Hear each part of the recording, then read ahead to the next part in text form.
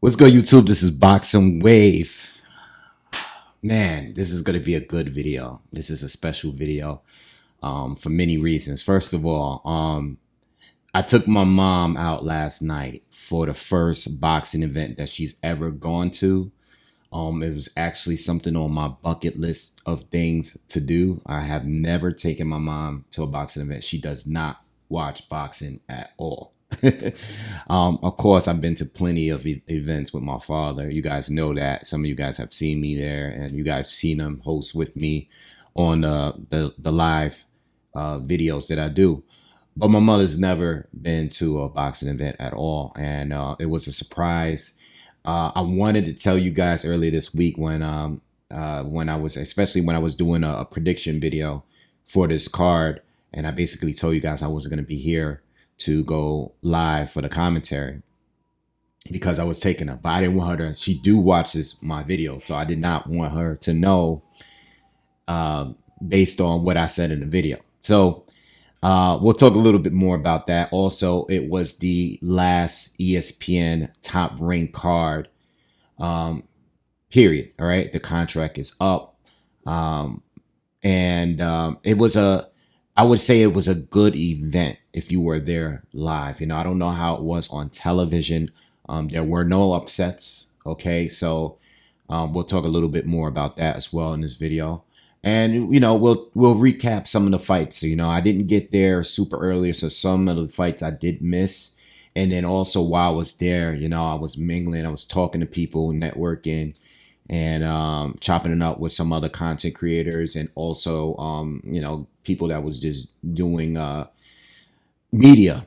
All right, so let's talk about the night now. As far as my mother, man, like I said, I'm sure you guys saw the pictures that I posted on, you know, social media, and you know, I wanted to make sure I got us some great seats because I wanted her to get the experience of what it's like to be at a fight and seeing the things that you can't see on television and from further away in the arena. You know, there's just certain things you're not going to notice, like the sweat, for example. You know, you're going to see the sweat get punched off somebody's face throughout the fight.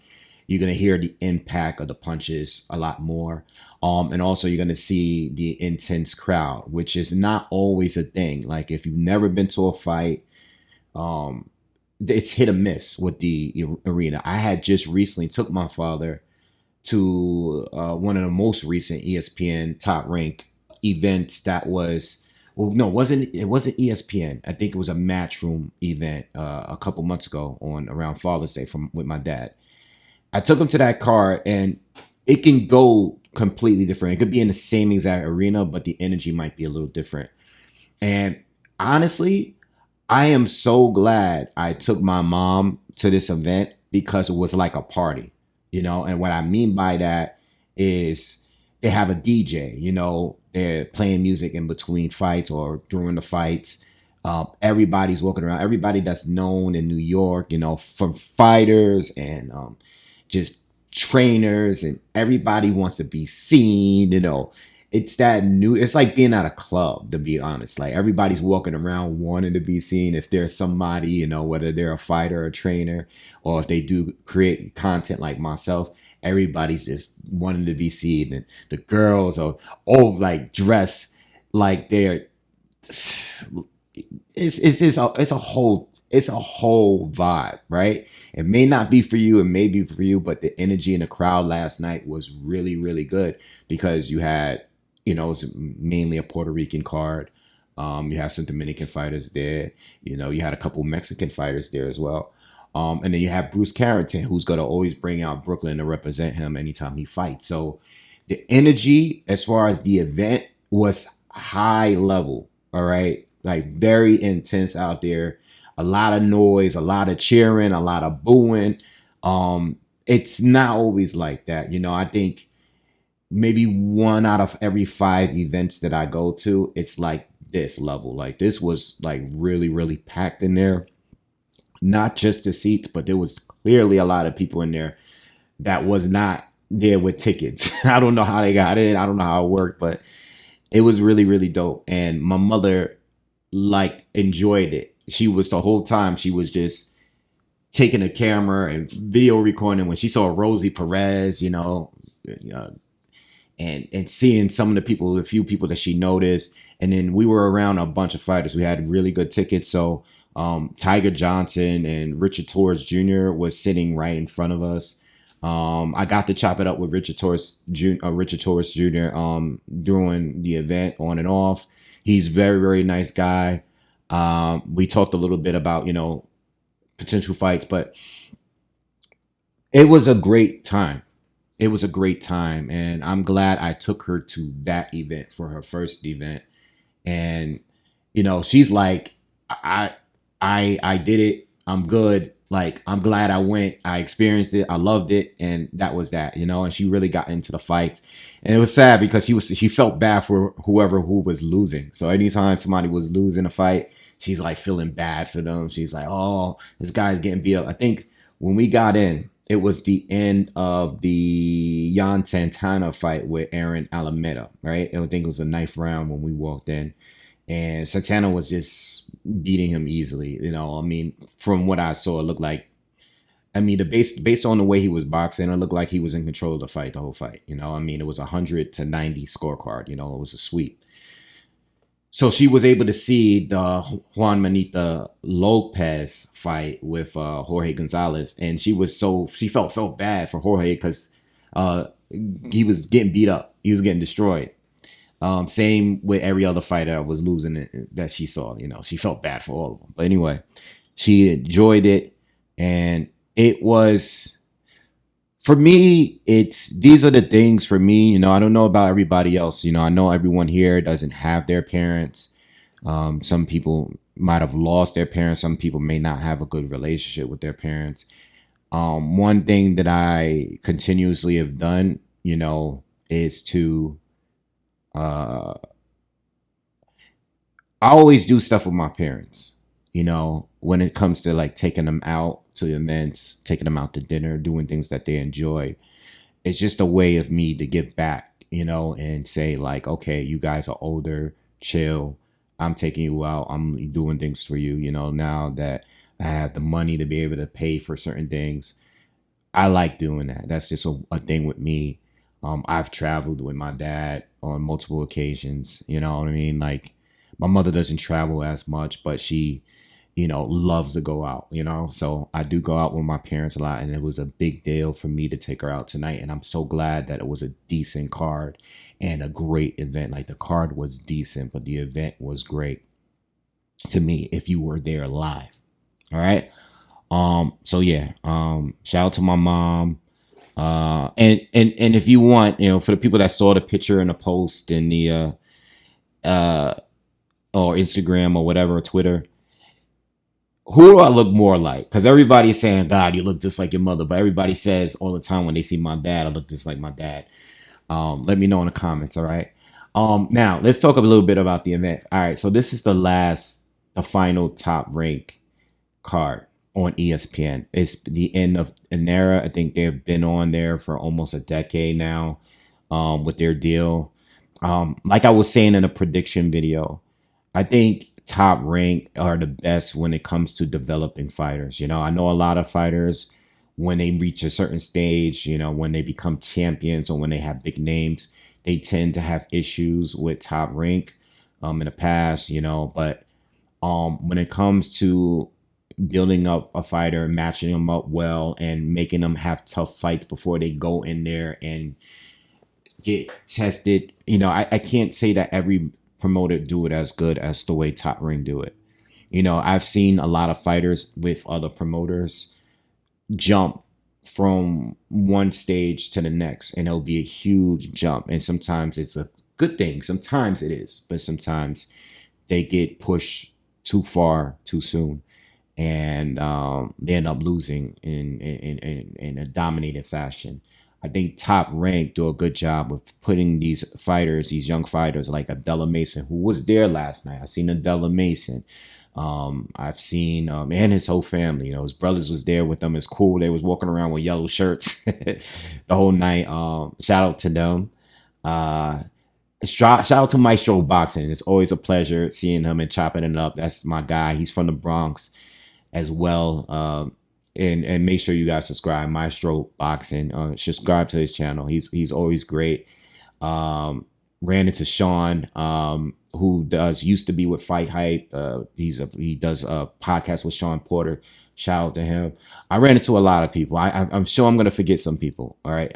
I ran into a lot of people, but shout out to everyone I ran into last night. But listen, what was I going back? Oh yeah, so I like Top Rank when it comes to developing fighters. When it comes to guy like Abdullah Mason, like I named before, Shakur Stevenson, Teofimo Lopez, even Crawford, even though he was seasoned, he was with Top Rank for a very long time, and I know he didn't get some of the fights that he wanted at the highest level. Okay, but at the end of the day, a lot of these fighters over there in Top Rank, coming up, they even Xander Zayas, who was the main event on this card. I think Xander and a lot of the other fighters with Top Rank was brought up very well, matched very well, and developed very well with Top Rank. So I think that's the one thing that they were great at doing, Um, and also keeping the fighters active. These cards with Bruce Carrington, Xander Zayas, and some other fighters. Richard Torres, he was there at the event, but wasn't on the card tonight, last night. These guys are always fighting, and I can't say the same. Some of the other promoters out there, they are even in their prospect years, their younger, fresher years. They're not as active as they should be. I think these guys should be as active as possible. All right. But as far as it being the end, I got to talk to a lot of people last night, and other nights too, where, I'm asking like, what's going on with Top Rank? Like, and to be honest, no one has given me any information. I don't have any information on where they can possibly land, what's going to happen with all of these fighters. I don't know. There's not an official plan as far as what I know. I'm sure there is a plan, but I don't know where Top Rank goes now that they're not with ESPN no more. Okay. But I've been to so many cards and it's always been a good time. And it's sad to see them go, but I know that it will continue and these fighters are going to find a new home if they have to, if it's not with Top Rank. There's so much talent on these cards and, I'm not too concerned about it. So, as far as the event itself, it was cool. Now, as far as the fights, like I said, there were no upsets. All the favorites won their fights, which is kind of rare because usually you get like some kind of draw, some kind of upset somewhere. We didn't get it this card. Juan Manita Lopez boxed really well compared to the last two fights. He had a debut. This is his third professional fight. But I really like the way he boxed here. You know what I mean? I like the way he was measuring Gonzalez and showing his power, his speed, the timing, everything. I thought he was on point for this fight. Much more of an improvement from what I seen in his last fight where he was dropped in the first round. I missed Julius Barlow fight. I understand that it was his debut. I wanted to see him. I did see him in the arena walking around doing interviews, but I didn't get to see him fight. Emiliano Vargas destroyed this guy Espinosa in like 40 seconds. I missed it. I went to the bathroom. I didn't. I went to grab my mom some pretzel or something, and I came back and this guy was already. She was like, "You missed it." She texted me like, "You missed it," and I'm like, I didn't even know Emiliano wasn't even in the ring yet when I went to get food. So he must have literally ding ding ding and knocked this guy out. So I don't know. His whole family was there. The brothers was there. They was walking around. It was a big thing because they had issues with seats and when I talk about the events, man, it's so much going on in the events. I don't want to go into details, but it's just these events are so funny sometimes, especially the smaller ones, because everybody's doing a lot of movement going on. And when it comes to the brothers, man, I mean, they were super flashy, man. Let me just say that. All right. I didn't get to see the Steven Navarro fight, but I did see the last three fights. Rohan Polanco against Quentin Rando. I was able to watch just about the entire fight. Polanco looked good. He looked strong. He hurt Quentin Rando a couple times in the fight. It was definitely a good fight. I actually thought it was a little bit more entertaining than the Brian Norman Jr. fight with Quentin Rando. But then it went at a pace where it got to a point where it was just the same. Same thing with the Bruce Carrington fight. I think this fight was more entertaining because Polanco was definitely doing everything he can to try to stop Quentin Randall. But Quentin Randall would just come back and pop him with a big right hand on his way in every now and then. He kept himself in the game. There was times where he was on the ropes and it looked like he was in trouble. He was getting outworked. But to be honest, man, Quentin Randall's he's a very, very durable. Like he's like a brick because Polanco was hitting him all over the place. He was hitting him like clean into the body, but he was hitting him on his arms. He was hitting him on his back. He was hitting him everywhere. He was just punching him everywhere. It didn't matter if it landed clean or not. And it didn't matter if it was a scoring shot. Polanco was very, very aggressive in this fight. And Quentin he had his moments in the fight. There was moments again where he looked like he was hurt. But Rohan Polanco already, I think at this moment right now, looks like a champion. He's at the level of a champion. We know that Brian Norman Jr., between those two, I think that might be the fight right there. I think Rohan Polanco would probably stop Mario Barrios right now. And then who is the other champion at the division? Jesus Christ, I forgot already. I mean, 147 is just not that good of a division right now. All right, listen, because Boots is going up, right? So, anyway, Rohan Polanco to me has proven right now to be one of the best fighters up at 147. Okay, I know Jack Catterall just recently had a fight up there. And then I know a bunch of guys at 140s moving up like Devin Haney. I know a lot of those guys that fought on the Times Square card and stuff. They're like at catch weights and stuff. Oh, Rolly, yes, right. Rolly is a champion as well. I think Rohan looks better than Rolly right now. I think he looks better. I think it's right now. I mean, I'm going to say this right now. Outside of the guys that just moved up like Devin Haney and stuff like that, I think Rohan Polanco is right there with Brian Norman Jr. I think he's right there. And to be honest, Brian Norman don't have huge wins over them, but I think Brian Norman definitely has a better resume, barely. But Rohan Polanco to me is right there behind him already. And I'm not just talking about opinion. I mean, he's right. He's literally right there in the rankings to get a title shot really soon. And I look forward to that. He's gonna be good for the guys that's moving up from 140 and the current top guys, even though there's not many of them right now. But Polanco looked good. Quentin Randall is a good test for anyone moving up from 140 and looking for. But Quentin Randall to me is very durable fighter. I gotta give him credit for that. All right. And I thought he'd give us more of a fight, more than what we got in a Brian Norman Jr. fight. I thought that fight was a little boring. All right, but good performance from Rohan Polanco. Bruce Carrington, Mateus Hayda. Only thing I didn't like about this fight was that the scorecards. I thought they were a little too wide. I thought Hayda at least secured 3 rounds. 3, maybe 4 rounds. Carrington started a little slow. I think the first couple rounds, we didn't get much action. I was a little concerned because I thought this was this toughest fight since Sagawa, the other African fighter that he fought.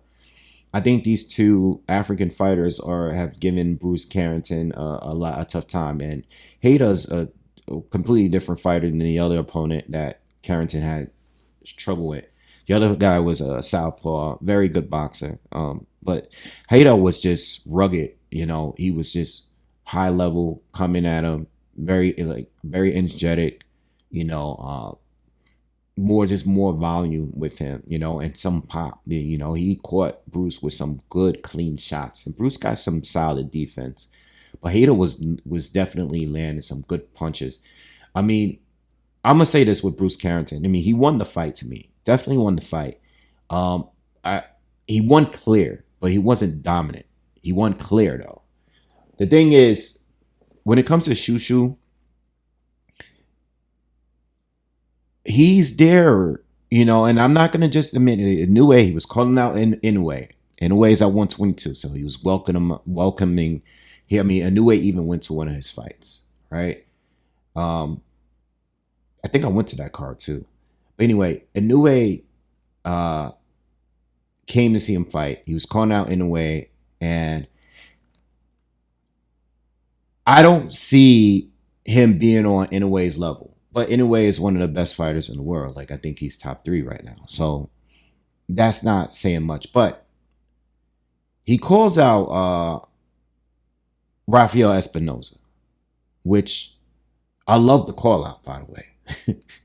I love the fact that he's trying to fight everybody. He's not just trying to, there's other champions there. These are tough. I mean, Stephen Fulton and Rafael Espinoza alone are really, really good. I mean, you still also got Nick Ball up there. You know what I mean? You got Angelo Leo, who I think it might be the weaker out the 4 between him and Nick Ball. But Rafael Espinoza is extremely dangerous. Okay? Like, he was there. He called them out. I mean, I love the fact he's calling him out. But I don't think he can win that fight. If he can win that fight against this guy, that would be amazing if Bruce can beat this guy. But Espinoza is ridiculously good. All right. This guy is like 6'1", 6'2", fighting at 126.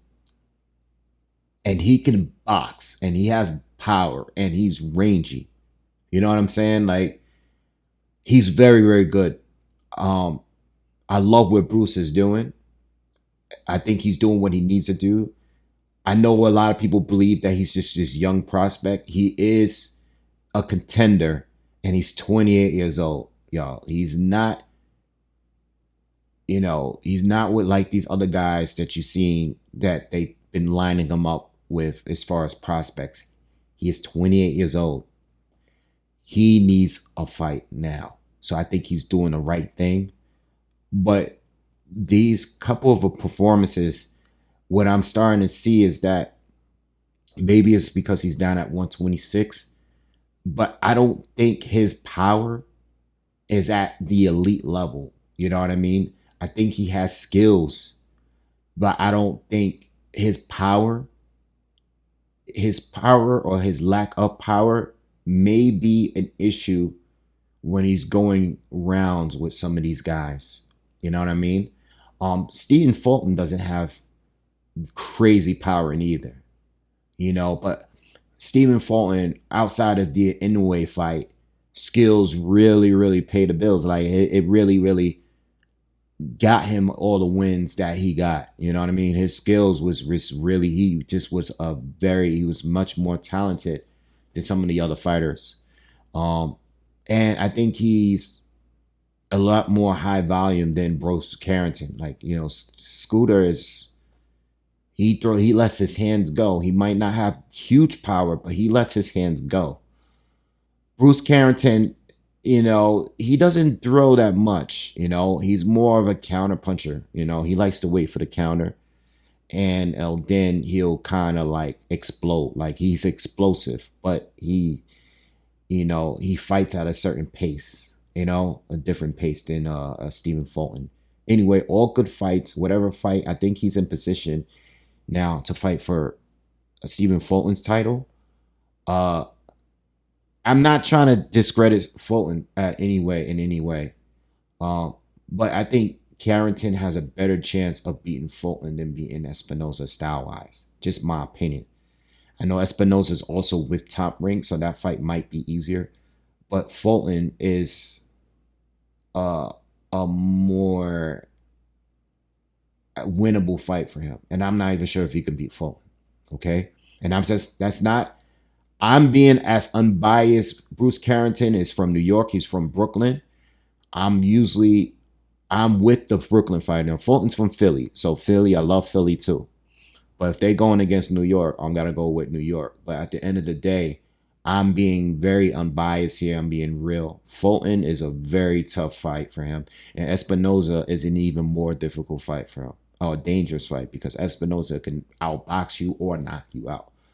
All right, so that's that's how I look at it with those two fights. All right.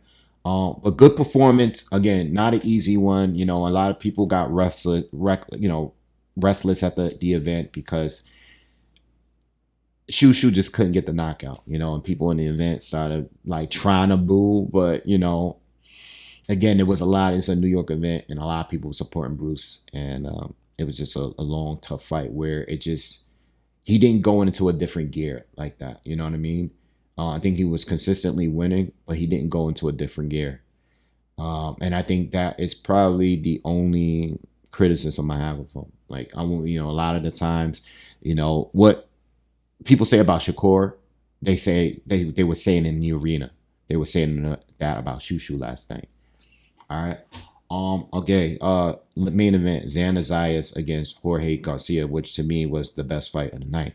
All right. The main event was by far, and you knew by the end of the first round because Xander started out fast, and then Jorge started clubbing him with some big shots at the end or the second half of the first round. So by the end of the first round, Jorge had made like again the arena, a lot of energy, very intense. Everybody screaming. Everybody, you know, Jorge is Mexican. You know, Xander is Puerto Rican. You know, the Puerto Ricans in New York come out.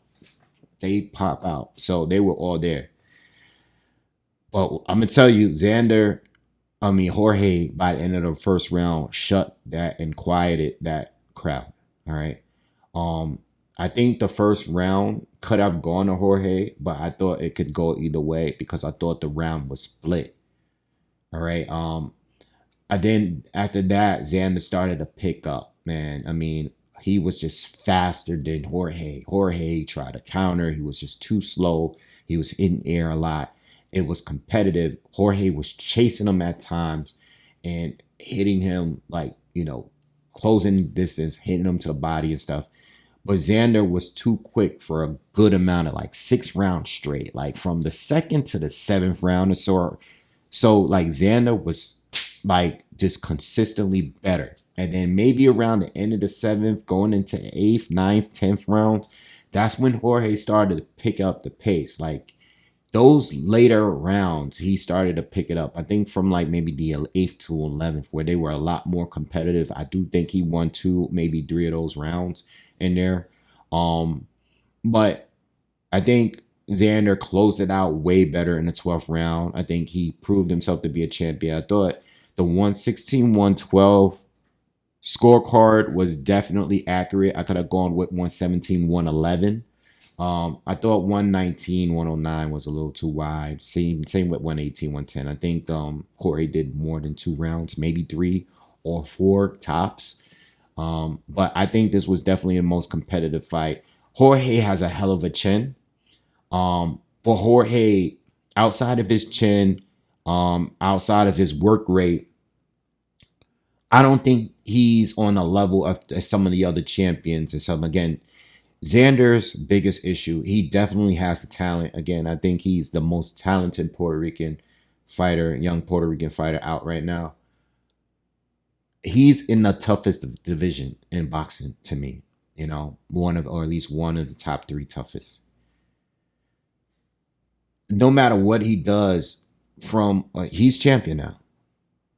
Whether he unifies, whether he, you know, let me look at whether he unifies whether he fights guys with, names and high rankings in the division, he's gonna always have a hard fight from here. It doesn't really get any easier from here, man. I mean, he got Yoani Tellis as the WBA champ. I believe Fundora's a WBC, and the IBF is Bakram. I know he's called out. He's done interviews. He's called out Bakram. He said he's willing to fight Sebastian Fundora. He's basically called everybody out. So you have the champs, and which is good. I would love for him to unify. But even if he doesn't unify, Virgil Ortiz, like, tough fight. Israel Madrimov, I know he's coming off a couple losses, so maybe not him right now, but he's a tough fight. Erickson Lubin, Keith Thurman, Sergey Bochuk, Jesus Ramos. You know what I mean? The list goes further and further. You know what I mean? Like, these are not tough, easy fights for him. None of these fights are easy for him. But I'm looking forward to it. I think some of these fights are winnable for him. But these are not easy fights for him, and he was able to take some clean shots. What I did like about the fight is that he was able to take some clean shots for him. Garcia, who has solid power, but definitely has power. So I was happy to see that. He got hit. He got hit in this fight. Some guys you don't want to get hit like that by, like Murtazaliev. You don't want Murtazaliev to hit you that much. You know what I mean? Some of these fighters are going to be a little bit dangerous. Fundora is dangerous. He's a puncher. Virgil Ortiz is a puncher. At the end of the day, he's going to have to face some of these guys. And we'll talk more about how those fights can end up going once they're announced, But he's a champion. I'm happy for him. And I think he can win some of these fights here. Some of these fights he's going to beat some of these guys. After seeing Fundora in that last fight, I don't know. Fundora looked phenomenal against Tim Tszyu. But some people may say Tim Tszyu is overrated, He's damaged goods. Some people may say that. So I really don't know, But I think the fight to make right now. Oh, you got Boots coming up too. The fight to make right now is Virgil Ortiz. That's the biggest fight for Xander Zayas. And the reason why I don't think they should build that, because I know Xander was trying to get his fight before. The reason why I don't think they should try to build that fight is because either one of them can lose in their very next fight. At 154 is that tough. So I don't think they should wait to make that fight, And I'm not saying if they do lose, the fight is not going to be as big, but you got a Mexican fighter against a Puerto Rican fighter. I think they should make that fight now. Personally, in my opinion, it'll be for a title. I understand that Virgil Ortiz is like an interim champion, I believe, for the WBC, or maybe multiple sanctioning bodies. But that's the fight to make, But Xander looked good. He boxed well. I think there was a midway through the fight, there was some few rounds where he started to slow down a bit. It was a lot of holding. But again, I think he fought someone that had a great chin. He would hit Jorge with bombs or huge combinations. And Jorge just didn't react, and I don't know what that means. I can see, I don't know if, I think Xander Zayas is, I think he can crack, but I don't think he's a huge puncher. You know what I mean? But I do like, again, like I said before the fight, I like his discipline. I like his fundamentals. I think he has solid defense, good hand speed, good combinations. I think he got great legs. Like, he moves really well. I think he's definitely legit.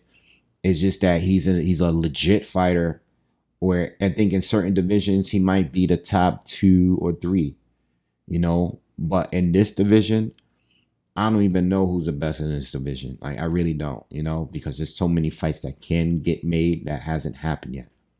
All right.